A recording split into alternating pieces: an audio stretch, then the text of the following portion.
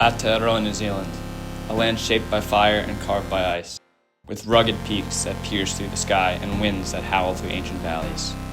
Winter here is raw, unpredictable, and powerful. Some days it feels endless. Storm after storm, the mountains are buried in snow. Other days it feels fragile, rain washing it all away overnight. Thin snowpacks, seasons that seem to start later and end sooner. We chase it anyway. From the first snowfall to the last turns of spring, we follow the storms, searching for powder, adventure, and the fleeting moments that remind us why we do this. But winter is changing. The mountains tell us a story written in melting glaciers, shrinking snowpacks, and storms that grow more violent every year. The snowline creeps higher up the peaks, forcing us to climb farther and work harder, just to reach what used to be easy. This is that story. A journey through a winter across the Southern Alps, one of beauty, of adventure, and a reality that we cannot ignore.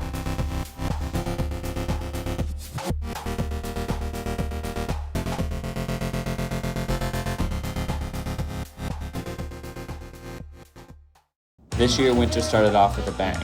An early season storm hammered parts of the Southern Alps, stacking snow deep in the south while the rest of the country stayed dry. So we left Christchurch and headed south, chasing the first taste of winter.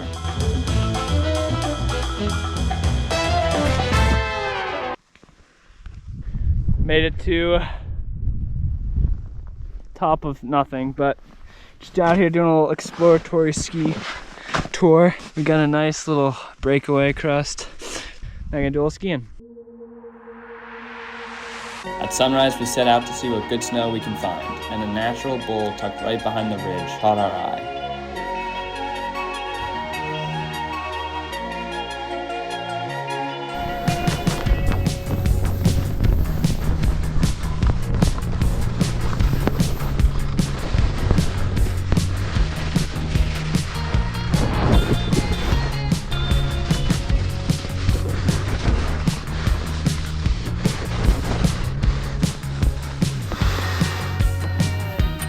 Woo!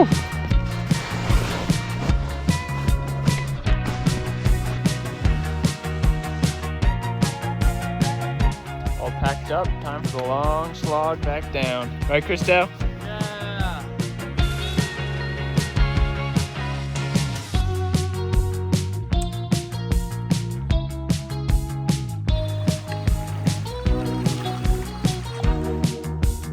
After earning our turns, it was time to indulge in some lift surf fun. The remarkable is delivered, with big mountain terrain and amazing views.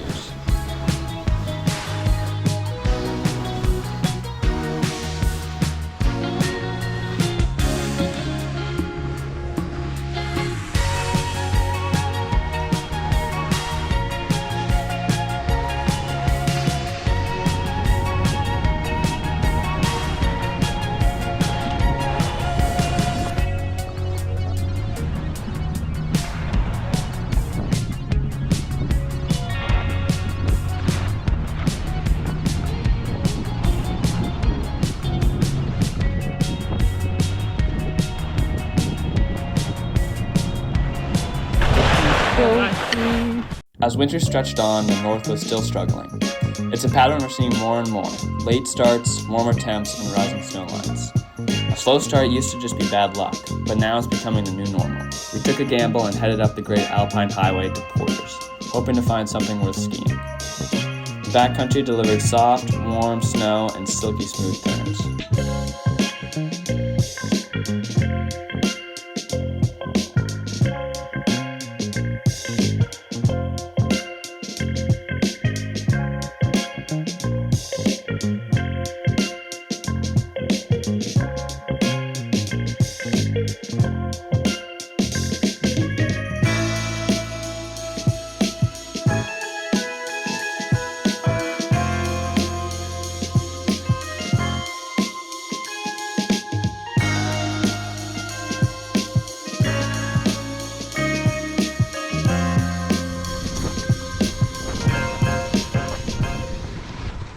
After months of waiting, winter finally arrived. Mount Huck got hammered with 3 feet of fresh snow, the kind of reset that makes up for weeks of waiting. We were up early, ready to drop in before the lifts even started spinning.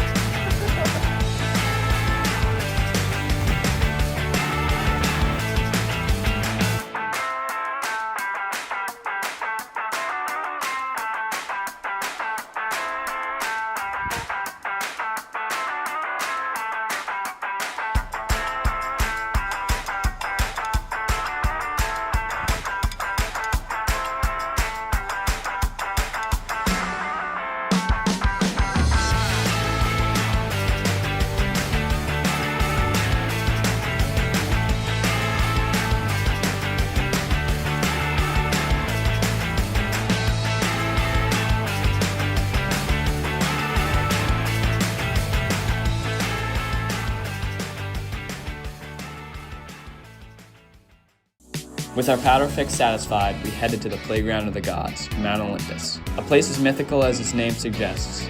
The terrain is massive, the lines are endless, and the feeling of standing at the top of a ridge looking out at untouched snow is impossible to describe. This was truly a playground built by the gods, and for a day, it was ours.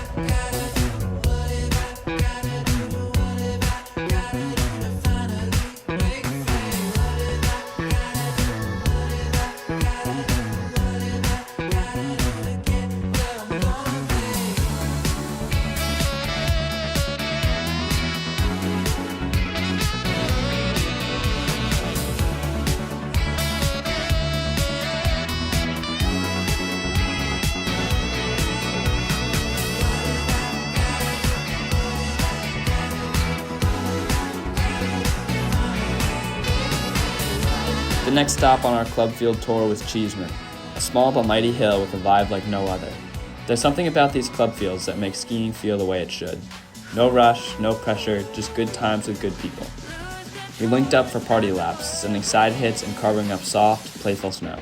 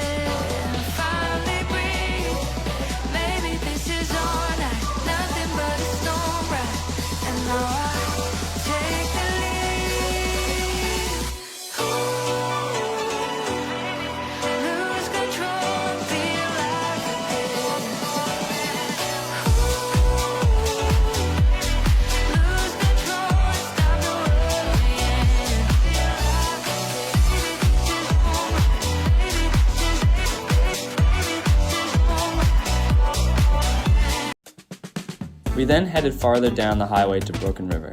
Skiing this far into the Great Alpine Highway makes you really work for it. There are no chairlifts, just a series of rope tows, homemade harnesses, and a whole lot of leg burn. But the terrain, worth every second. Steep faces, natural features, and untouched dashes. This place is a throwback to skiing's roots, where the only thing that matters is the turns.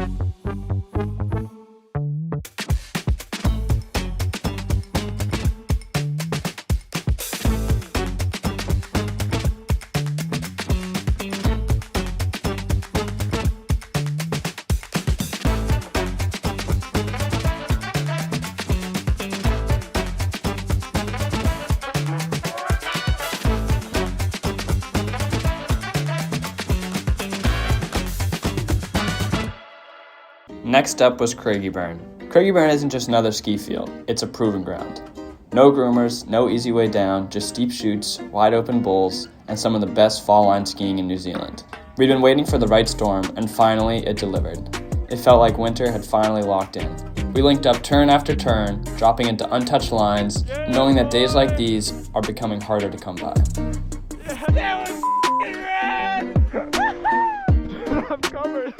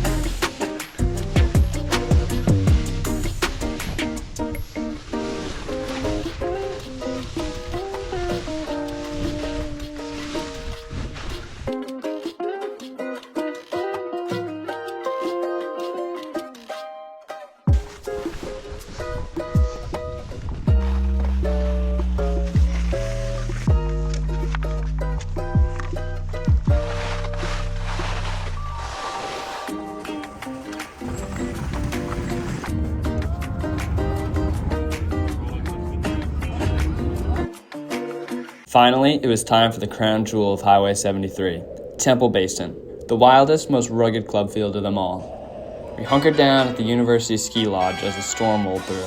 Sadly, this kind of weather isn't rare anymore. As our winters warm, storms like these are becoming more frequent, bringing rain where there should be snow and carving away the winter that we used to know. After this storm dropped nearly 200 millimeters of rain and hurricane-force winds, the storm cleared, leaving behind an inch of fresh for us to play with.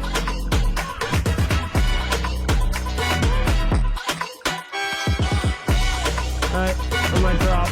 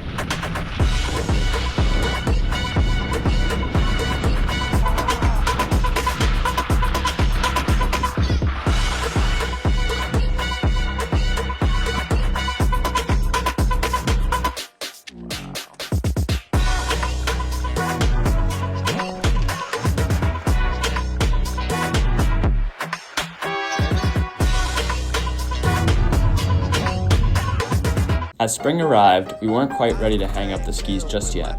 Mount Hot was still serving up prime corn snow, perfect for slushy park laps.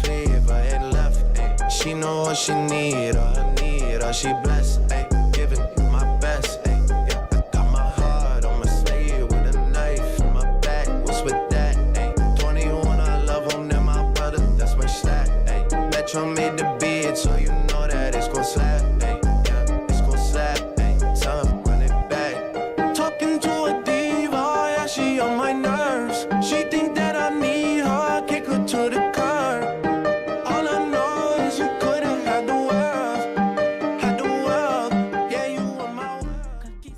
All season long, we've been staring across the valley from Temple Basin at a perfect untouched couloir on Avalanche Peak. It stood there, just waiting. We just needed the right day, the right crew, and the right weather window. When it finally came, we were ready for one last Kiwi adventure. One final mission, one last climb, and one unforgettable descent to close out an unreal season.